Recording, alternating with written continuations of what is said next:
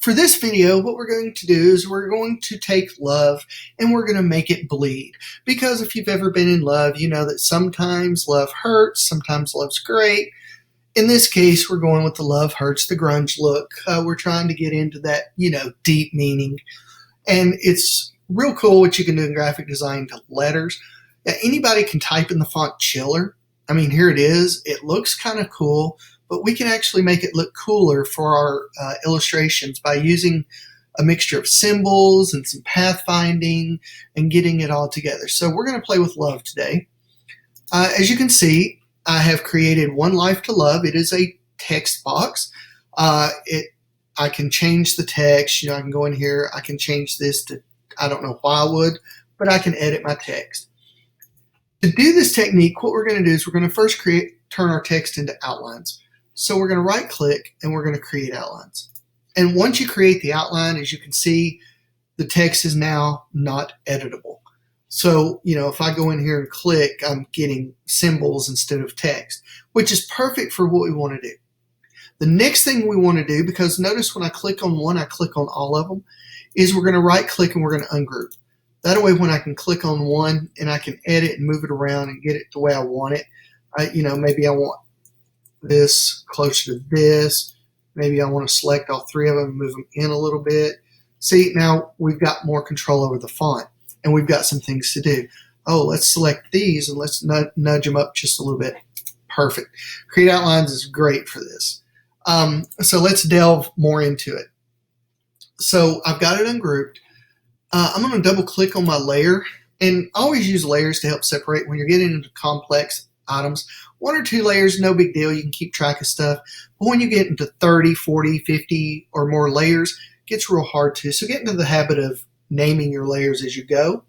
I'm going to call this layer the letters, and I call it that simply because that's where I'm going to keep my letters.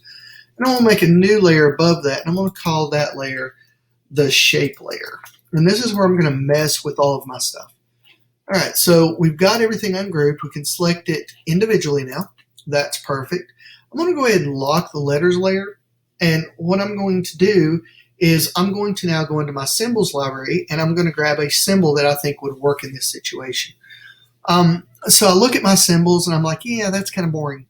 Not a single one of them really work. I mean, I've got the Nickelodeon symbol here. I've got, all these symbols and there's not much there. I'm kind of disappointed. But if we look down in the bottom left corner of our symbols panel, we have the symbol libraries menu.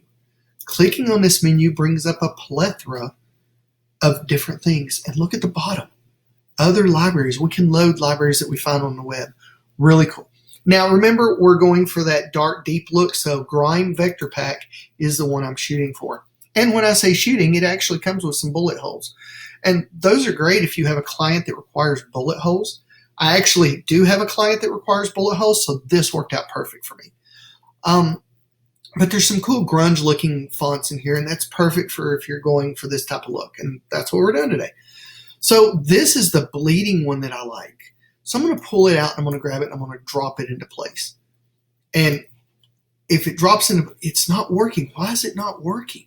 Well, if you remember, we locked our letters layer. We need to be clicked on the open layer that's not locked. Now let's try it again. We grab and we drag and boom, there it is. All right, well, I'm going to resize it so it fits the out. Really can't see anything. And that's problematic. I'm like, I really can't see through. I could change the opacity, but I'd have to, go back and change it again. There's a quick and easy fix for this. If you hold the command key down, if you hover over your eyeball here in the layers, it says toggles visibility, command click to toggle view mode. So I'm going to hold my command key down, I'm going to click. There we go. We've got an outline mode, and that's perfect. So I'm going to shrink it down just a little bit. I'm going to move it up. Oh, look at that. That is so perfect. That is exactly what I want. While I've got it selected, I'm going to right click on it, and I'm going to break the link to the symbol. Because I want to make some modifications to this symbol, but I don't want it to affect my original symbol. So what I'm going to do is break the link to the symbol. Notice that now it becomes a shape. Okay, so I've got those two things taken care of. I'm going to lock that shape layer. Okay, and if you open up that shape layer, you now see the grime and you see all the groupings for it and all the little things. So we can close that up. So I've got that locked. I'm going to unlock my letters and I'm going to work with the O. So I'm just going to click on the O. Again, we've separated everything, so this is perfect. I'm going to grab my direct selection tool and I'm going to click on one of these anchor points and I'm going to shift click on this one. My goal here is just to get the interior of the O, and I'll show you how to do that. So I've got those 2 points selected. I'm going to hit delete. Oh, that looks weird. But with my direct selection tool, I'm going to click on the outer line of this and I'm going to hit delete twice and boom. Now I only have the innermost workings of it, and that's exactly what I want. So I'm going to clean this up just a little bit. You know, I can click on this anchor point, delete, click on this one and delete, and I may bring this one down. Oh, look at that. That is so nice. Okay, but I've got a couple of stragglers up here. I don't need that, so I'm going to double click to go inside it a little bit. I'm going to delete that one. I'm going to click on this one, delete that one. All right, so we go back out. I've got my nice circle for the inside of my O. I'm going to click on it and I'm going to cut it by hitting Command X. Now here's a cool thing. I'm going to unlock the shape layer and lock the letters layer. Now if I just paste, ooh, that's fine. Yes, it pastes it wherever it wants. I don't want that. Okay, I want to paste it right where I had it. And to do that, there's a command called paste in front. Now, this is the coolest thing in the world. Paste in front is Command F for front. If you want to paste something behind something, you can paste it in back. And guess what that is? Command B. So cut or copy, and then Command paste in front. It'll place it right where it was in the front, or Command B in the back, and it'll place it behind something in the back. We want it in the front, so we're going to hit Command F. Wait, why is this all weird looking? Oh, let's toggle our visibility with Command click. There we go.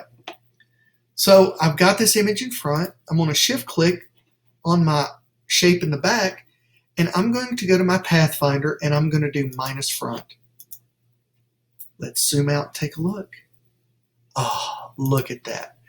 That is what I call love hurts.